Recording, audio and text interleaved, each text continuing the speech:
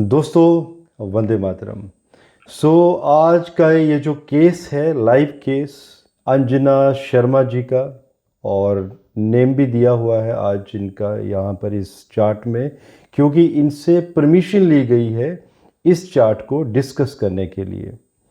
और अंजना शर्मा जिनको 2020 में गले का कैंसर डिटेक्ट हुआ था और बिना किसी मेडिकल ट्रीटमेंट के ठीक भी हो गया। तो आज हम विश्लेषण करेंगे कि किस तरह से उन्हें गले का कैंसर बना और रूट कॉज क्या था, और किस तरह से हमने ये विश्लेषण किया।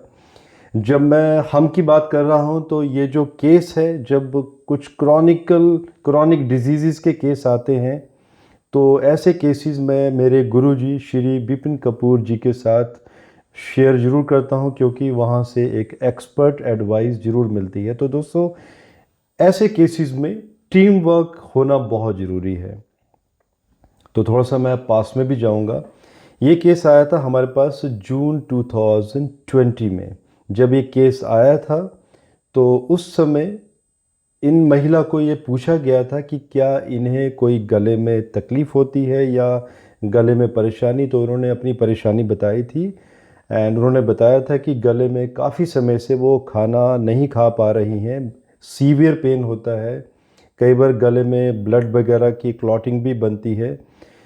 तो इसके बाद इन जो हमारे विश्लेषण थे कुंडली में यही थे कि इन्हें थ्रोट कैंसर बन चुका है, और जो कि ठीक भी हुआ। अब बना कैसे, उसी के ऊपर विश्लेषण करेंगे हम कि मेडिकल एस्ट्रोलॉजी में कैसे प्रेडिक्ट किया जाता है। सबसे पहले हम ये देखेंगे कि अगर ये 1976 का बॉर्न है तो क्या एज आयु पूर्ण बनती है। तो इस कुंडली में सबसे पहले जो विश्लेषण किए गए कि इस जातिका की इन जातिका की पूर्ण आयु बनी हुई है।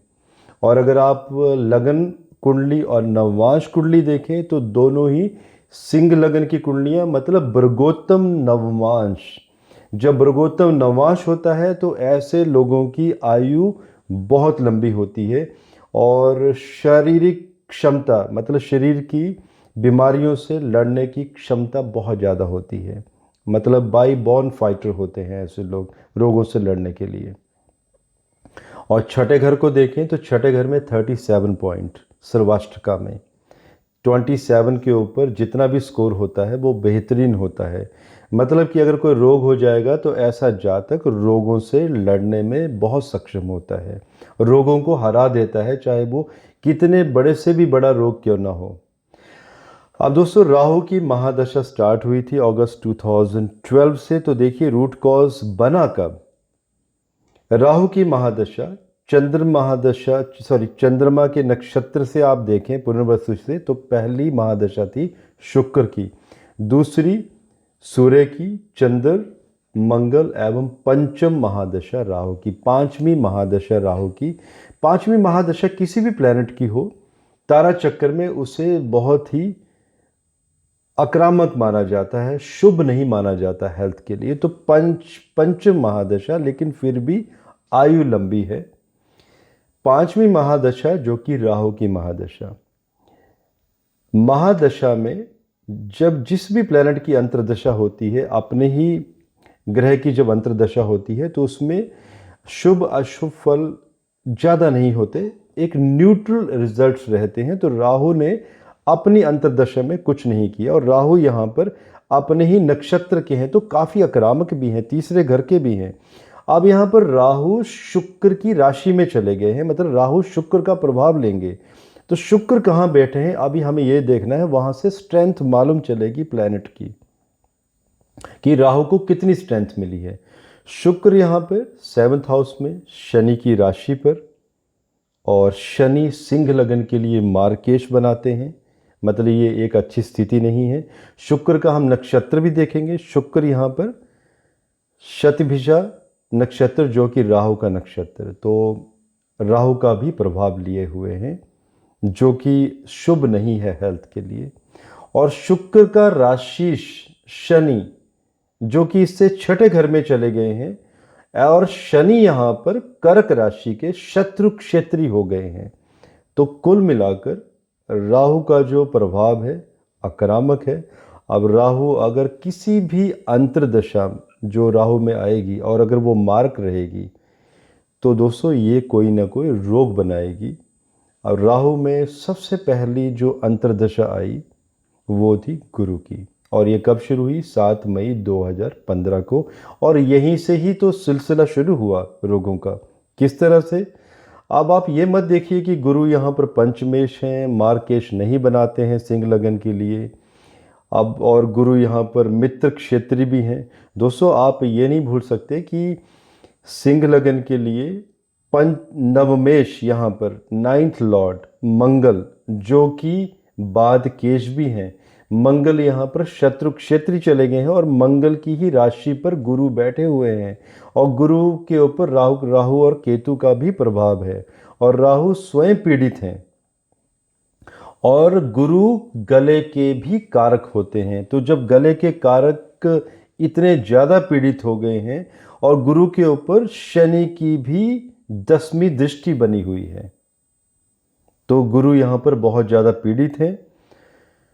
अब हम ये भी देखेंगे कि गुरु पीड़ित तो हो चुके हैं, गले के कारक भी हैं, गले में रोग भी दिखाई दे रहा है।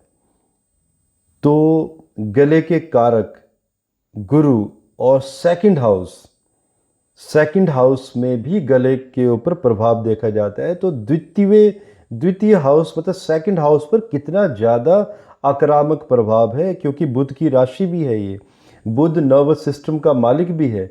तो सेकंड हाउस के ऊपर अभी प्रभाव चेक किया जाएगा कि क्या मेलफिक प्लैनेट्स का वहाँ पर प्रभाव बना हुआ है। तो देखिए सेकंड हाउस के ऊपर शनि की भी 3री दृष्टि और मंगल की भी यहाँ पर 4थी दृष्टि, मंगल की शत्रु दृष्टि और शनि की न्यूट्रल दृष्टि, और शनि गुरु को भी शत्रु दृष्टि से देख रहे हैं।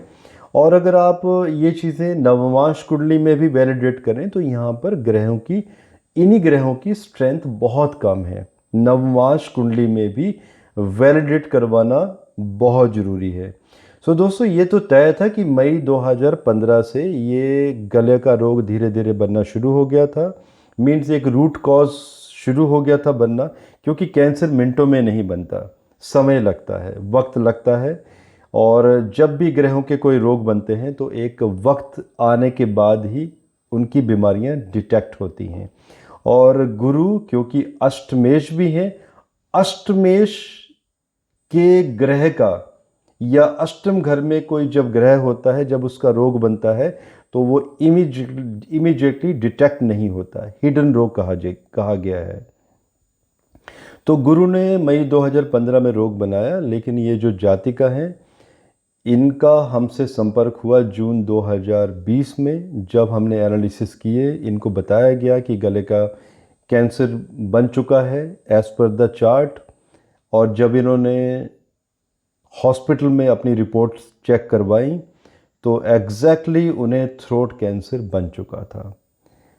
डॉक्टर्स के डेफिनेटली मेडिकल फील्ड अपनी जगह पर है और मेडिकल ट्रीटमेंट भी ही बेहतरीन इलाज होता है ऐसे केसेस में। लेकिन क्योंकि लग्नेश वर्गोत्तम था, आयु लंबी थी और राहु को बल दिया जा सकता था, तो इन्हें हमारी तरफ से दावा भी किया गया, स्पेशली मेरे गुरुजी श्री विपिन कपूर जी द्वारा, कि अगर ग्रहों का पूर्ण तरीके से उपाय होगा तो इन्हें कोई भी केमियोथेरेपी या मेडिकल ट्रीटमेंट लेने की ज़रूरत नहीं होगी। क्योंकि उस समय जब ये जून 2020 में आई थी, शनि का अंतर चल रहा था, इसके बाद बुध का अंतर आना था। तो डेफिनेटली शनि और बुध के बीच में शनि के, राहु के, बुध के उपाय, जिसमें वैदिक रेमेडीज़, महामृत्युंजय यज्ञ और इन ग्रहों की कुछ जेमस्टोन्स, कुछ क्रिस्टल जेमस्टोन्स जिनसे हीलिंग की जाती है कैंसर की, तो इस तरह के कुछ सॉल्यूशंस रेकमेंड किए गए और ये सात्विक भी रही ड्यूरिंग दैट टाइम। और दोस्तों इनका कैंसर ठीक हो गया।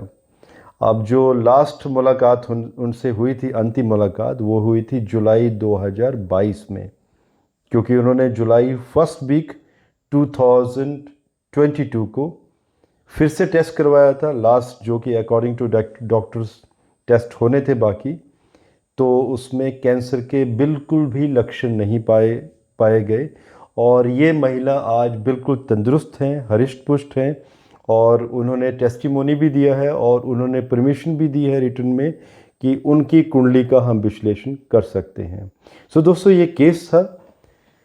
तो ऐसा नहीं है कि कैंसर जैसे जब रोग होते हैं तो उन्हें मेडिकल ट्रीटमेंट या होम्योपैथी या आयुर्वेदिक की ज़रूरत पड़ती है। कई बार ग्रहों के रोग कुछ समय के लिए आते हैं और वो स्वयं ठीक हो जाते हैं ग्रहों का उपचार करने से ही।